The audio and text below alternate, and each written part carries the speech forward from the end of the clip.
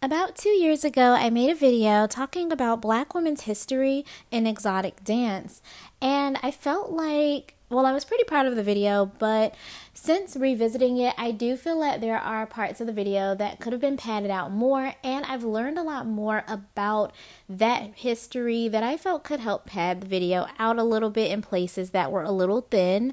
Sorry I couldn't be on camera today. I don't really have time to get cute, but I do have time to make another little installment of Black Herstory, so let's talk about it. This is the history of Black women in the adult industry. Okay. Ah, shut up. What do I care about that? He's only the manager of the show. I'm the star. I'm the big star around here.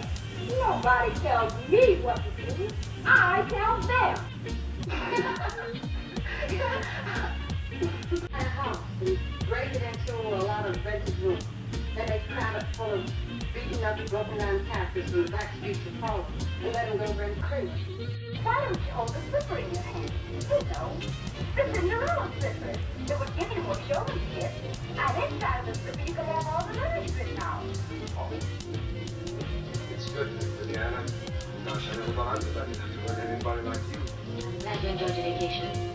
Vacation? How come you can't afford to stay? For the Black community, erotic and provocative dance styles have been a part of our culture since before we got to America.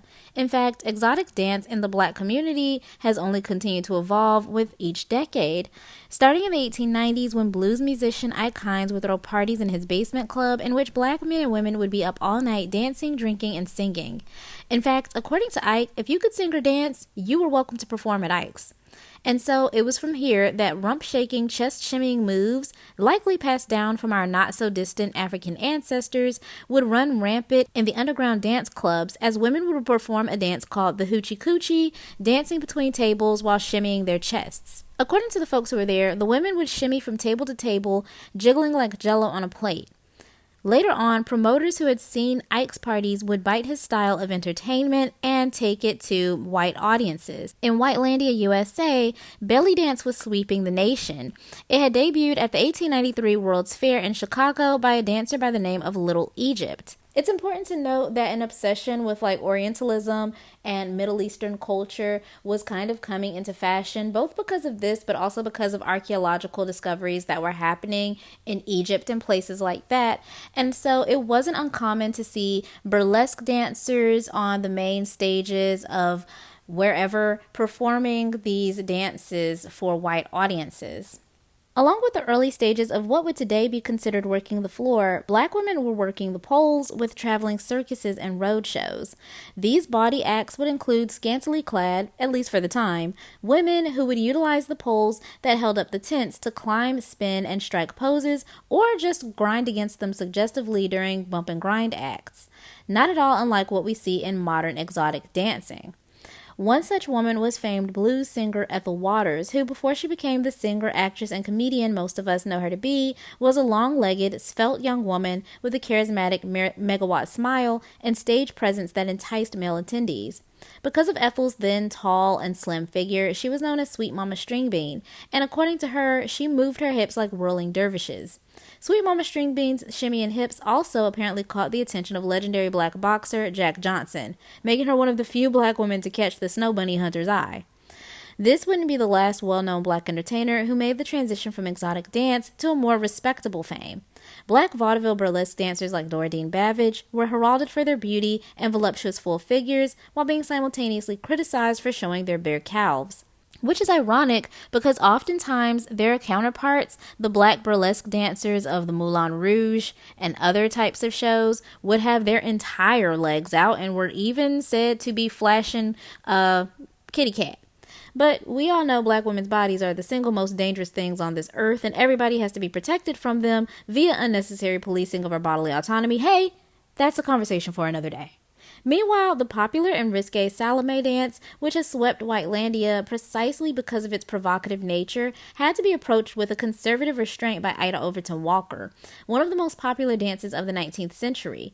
Despite her seemingly wanting to do the dance as intended, in an interview given to the press, Ida made it clear that she understood the limits of her artistic expression simply because of the body she existed in. She said, "The white public does not have the faintest conception of the difficulties we must overcome, of the prejudices voices which must be soothed, of the things we must voice whenever we write or sing a piece of music, put on a play or a sketch, walk out in the street, or land in a new town. Girl. Essentially, what Ada was confessing was that she had to perform her act in a certain way because what is considered daring and provocative on a white woman's body is considered lewd and explicit on a black woman's body. Again, I don't know how a group of people who blow up houses with their entire families in them for gender reveal parties and explore active volcanoes for fun are this fearful of humans with different skin colors than them, but I guess like that 70% of the ocean we haven't explored, it'll just remain a frightening mystery. As the 1910s gave way to the Roaring Twenties, black people got in on the free-spirited fun of the era with shows like The Darktown Follies, which gave black performers a platform to showcase their talent. If that sounds eerily like the Zigfield Follies to you, it might be because Florence Zigfield was partially inspired by the revue, even going so far as to get in touch with Darktown's showrunner to help train his girls before going full steam ahead with his own show, which has been remembered for its glitz, glamour, and decadence, while the Black Show, which he built his successful production on the back of, has largely been forgotten to time. I swear it takes a special type of talent to not only be able to colonize tangible things like places and people, but concepts as well. Truly, white innovation knows no bounds, except for originality and creativity. Meanwhile, black women were not allowed in Zigfield's shows. That is until there was one so exceptionally talented that no one could ignore it. And in the 1920s, Mr. Zigfield would approach the beautiful and beloved black dancer Florence Mills to be in his show, a proposition that she would refuse in exchange for starring in her own all-black revue and going overseas to Europe. Speaking of Europe, one of the biggest black exotic dancers in the world was making her splash across the pond, and that was Josephine Baker, whose daring and risque performances were so renowned that women back home in America had to keep up. And thus we see imagery of black women get more and more risque. We have the 1930s review of Blackbirds, which stars dancer Kalawa completely nude, along with nude pinup shots, which are being circulated throughout underground men's clubs. By the 1940s and 50s, black shake dancers were becoming a popular feature in nightclubs and other stages, including some white stages, where they were often billed as the exotic sideshow to the white main attraction. It's important to note that they did not get paid as much as their white counterparts. Hell, they didn't even get paid as much as their Latina and Asian counterparts, which we'll talk about when I do my video on brown burlesque, where I talk about Latina and Asian women in the burlesque circuit. Still, black women in the adult entertainment industry were making leagues above black women who were toiling in domestic servitude for pennies on the dollar. They were making thousands of dollars a month, which was more than enough to have a nest egg for their futures or a good lifestyle for the time being, like Jee Idell, one of the few black women in the white burlesque circuit. She was a fan dancer, one of the only black fan dancers at that, and because of her money, she and her husband were able to get nice cars, go out, eat at fancy restaurants. I'm pretty sure she was quoted as saying that stars don't have to live normally or something like that, girl icon. Then, of course, there was Toni Elling, who was named for Duke Ellington. And in fact, Duke Ellington's satin doll was partially inspired by her. She was in her 30s, a little bit older than most women when they get into shake dancing, but that didn't stop her from becoming one of the most popular acts on the circuit. Speaking of one of the most popular acts of the circuit, it definitely has to go to Lottie the Body Graves, who absolutely held it down for Detroit to the point where her act was so popular, she was flown out to Cuba to perform and got to watch Fidel Castro as he came into power. There was also Baby Scruggs, who was well known for her titty tassel twirling act, and she would perform with her mother, believe it or not, who had been a former vaudeville star about 20 years earlier. Not only that, she got her breasts insured by the Lloyds of London. Sis said, look, the money makers, okay, like, we gonna make sure we good over here.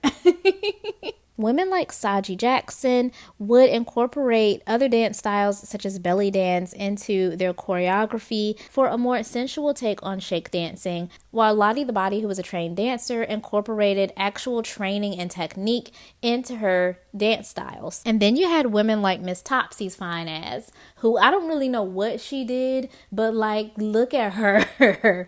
Look at her. You can 100% see why she was a very popular draw in Japan, where she often performed and was given top billing. As you can imagine, these women were often the topic of a lot of critique and curiosity, and Black journalists followed their careers, love lives, and personal lives religiously. They often popped up in Jet magazine and other Black publications of the day. For more information on that, I definitely recommend checking out Alexis's video on shake dancers and that whole history, or you can watch my previous video about this topic, which can be found on TikTok, and I might unprivate it here on YouTube just so y'all can watch it for reference. I don't know.